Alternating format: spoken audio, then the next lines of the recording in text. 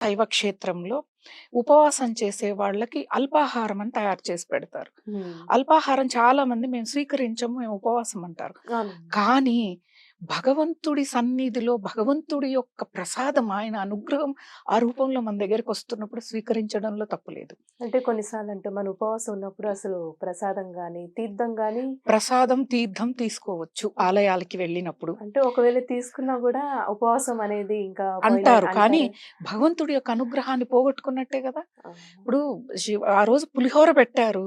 ఉపవాసం ఏదైనా ఉప్మా లాంటిది పెడితే తింటాం, ఇది తినమని విస్మరిస్తే, భగవంతుడు దాని మీద మన మీద ప్రీతితో అనుగ్రహాన్ని ఎక్కువ చూపిస్తే, మనం పక్కకు పెట్టినట్టు గదా! అలా కాదు.